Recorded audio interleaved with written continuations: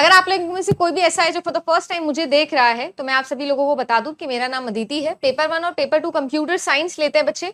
और आप सब लोगों को मैं बता दूं कि 7 PM अपना सेशन चल रहा है पेपर 2 का, आज ही से स्टार्ट किया है। और रोज रात को 9 बजे मैं आप लोगों के लिए लाऊंगी और कोशिश करूंगी कि जो टॉपिक्स पढ़ के आप बोर हो गए, आपको ऐसा लग रहा है कि मैम दोबारा कैसे पढ़े, वो टॉपिक्स में कैसे इंटरेस्ट लेके आना है वो मुझ पे छोड़ दो। सो लेट्स बाउंस बैक वाली सीरीज में यही आप लोगों के लिए लेके आने वाले हैं।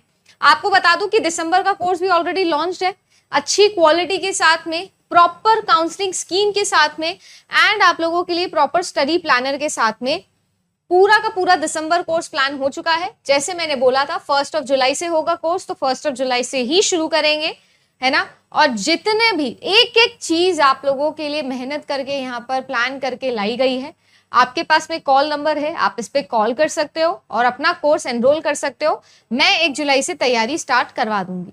इसके अलावा मैंने आप सब बच्चों के लिए एक चीज सोची है, वो ये सोचा है कि आप लोगों की प्रैक्टिस को एनहांस करने के लिए हम फ्री टेस्ट करते हैं एप्लीकेशन के ऊपर।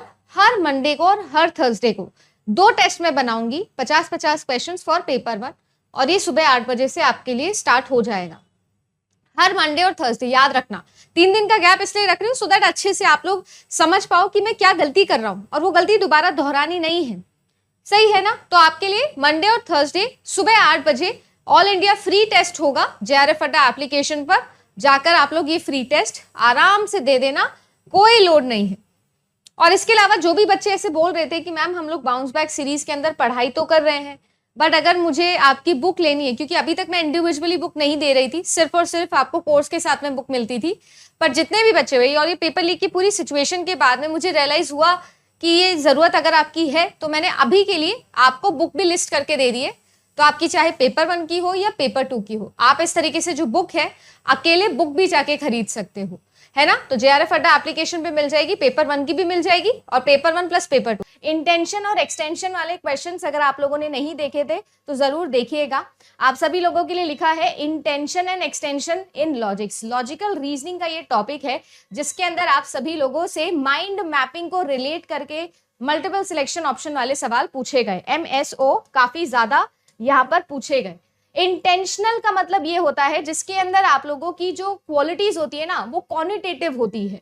यानी कि आप ये कह सकते हो कि अगर कोई एक बात बोली गई है, कोई बात लिखी गई है, तो जो ऑटोमेटिकली है ना उसका मीनिंग होगा, ऑटोमेटिकली उससे जो आप कह सकते हो कि वो होता है ना भावार्थ जुड़ा हुआ होता है, ऐसे मीनिंग को हम कहते हैं इंटेंशनल। जैसे मैं आप सभी लोगों को बोलूं कि अच्छा, जैसे वेडिंग कार्ड होता है, वेडिंग कार्ड पर लिखा हुआ होता है ना कि अरे नहीं नहीं, नो गिफ्ट्स रिक्वायर्ड, आपकी प्रेजेंस ही हमारा गिफ्ट है। अब आप देखो कि इंटेंशनली यहाँ पर क्या लिखा हुआ है, यहाँ पर एक्चुअली में हमको एक बार और याद दिला दिया गया है कि भाई सुन, गिफ्ट लिए बिना आ मत जाना। एक्चुअली में देखा जाए तो इसका इंटेंशन क्या है, इस चीज के पीछे का इंटेंशन क्या है, बताओ मुझे, समझ में आ रहा है। तो इंटेंशनल मीनिंग का मतलब होता है, इंटेंशनल लॉजिक का मतलब होता है जो क्वांटिटेटिव मीनिंग आपको देता है। 2 तरीके के अर्थ होते हैं किसी भी लॉजिक वर्ल्ड के अंदर, एक क्वांटिटेटिव और डेनोटेटिव। डेनोटेटिव का मतलब होता है डायरेक्ट मीनिंग, डिक्शनरी मीनिंग, और एक होता है क्वांटिटेटिव। क्वांटिटेटिव का मतलब होता है भावार्थ, कहना क्या चाहते हो वाला सी।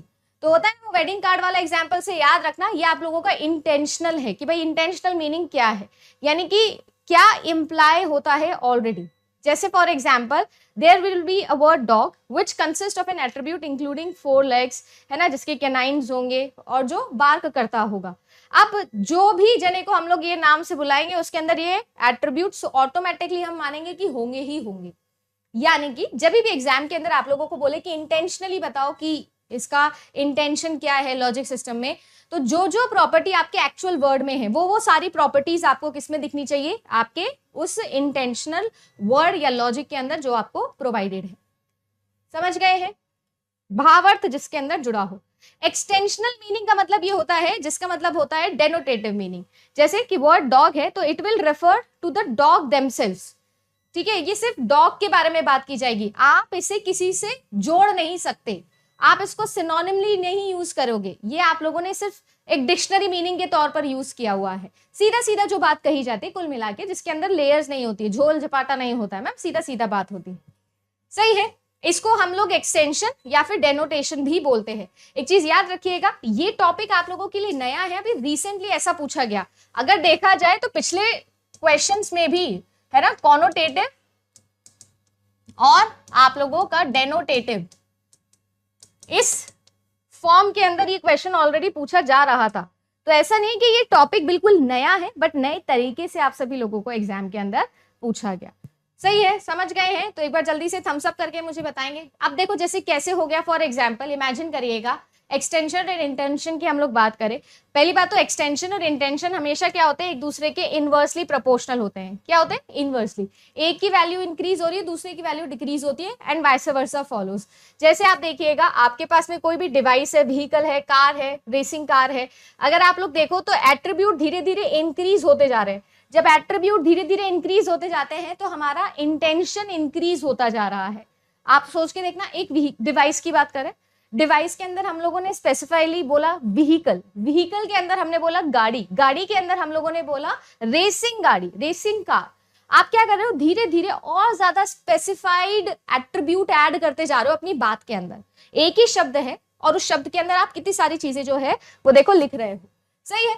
अगर यहीं पर मैं बात करूं उल्टा, तो आप लोगों के लिए जैसे जैसे चीजें जनरलाइजेशन की तरफ जाती रहती है, वैसे वो क्या बनती जाती है, एक्सटेंशन मीनिंग।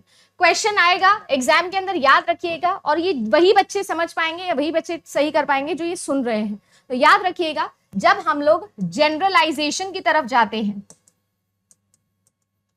तो हम लोग एक्सटेंशन इंक्रीज कर रहे हैं, और जब हम लोग स्पेशलाइजेशन की तरफ जाते हैं तो हम लोग इंटेंशनल, ज्यादा इंटेंट होता है, ज्यादा इंटेंशन जुड़ा होता है कहने के अंदर।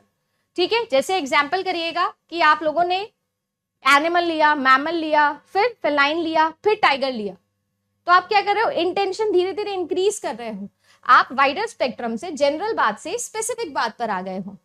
अगर बात करूं कि आप उल्टा कर दो, तो उल्टा कर दोगे तो क्या हो जाएगा, आप एक्सटेंशन इंक्रीज कर रहे हो, क्योंकि आप जनरल की तरफ चले गए हो, है ना। सभी के सभी एनिमल के अंदर आते हैं, सही है। टाइगर फेलाइन के अंदर आता है और फेलाइन मैमल के अंदर आती है।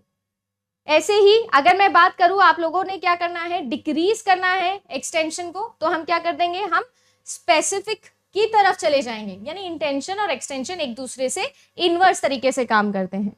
याद रखोगे क्या ये सारी चीजें? और यही एग्जाम के अंदर आप लोगों का सवाल बन चुका है। ठीक है, आपको ऐसे ही 4 वर्ड्स दिए थे और वो चारों वर्ड्स को एसोसिएट करना था इंक्रीजिंग या decreasing order of intention and extension के अंदर। तो आज के बाद अगर ये सवाल बनेगा तो हम कर लेंगे। एक बार थम्स अप हो जाएगा कि यस मैम, हम जो है ये टॉपिक कर लेंगे। क्वेश्चन देखिए क्या बोला हुआ है, arrange the following terms in order of increasing intention. चीज है, डेयरी प्रोडक्ट है, सॉफ्ट चीज है, स्ट्रॉन्ग सॉफ्ट चीज है। आपको क्या करना है इस बार, इंक्रीजिंग इंटेंशन के अंदर करनी है। करके दिखाइए जी। अगर आपको समझ में आ गया है तो हो जाएगा।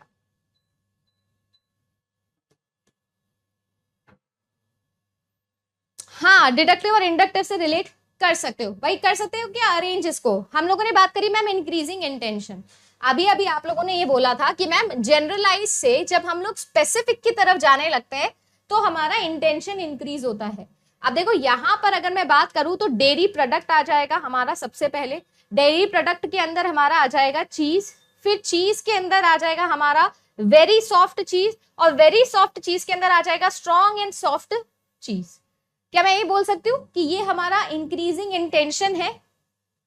यानी आप लोगों के लिए ये हो गया बी, ठीक है, ये हो गया आप लोगों के लिए ए, ये हो गया आपके लिए सी, और ये हो गया आप लोगों के लिए डी। क्या ये ऑप्शन में है, बी ए सी डी?